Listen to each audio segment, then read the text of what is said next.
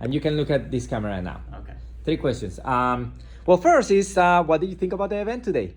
It was amazing. Like, I think the different things that they went over, the experiences, it was just mind-blowing time after time again. Like, hey, let's see this.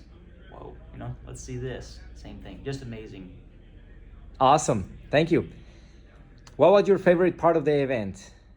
I would say just, I don't know if there's a single event it was just like the whole thing and the speed at which you could just do everything.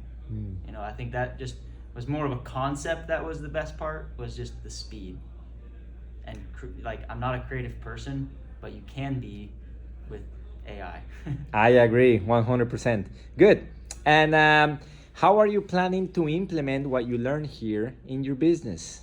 Well, a couple different businesses actually. So we do lead generation for companies. We're going to implement it for sure into that, and then creating a new brand for the supplements. We're going to be obviously using it a lot for that as well, from content creation to just efficiencies in the business, streamlining. I really liked the assistant part of it. How he talked about having it take your notes and it organizes the notes. Like, I'm going to use that for sure right away. Awesome. All right. Thank you so much.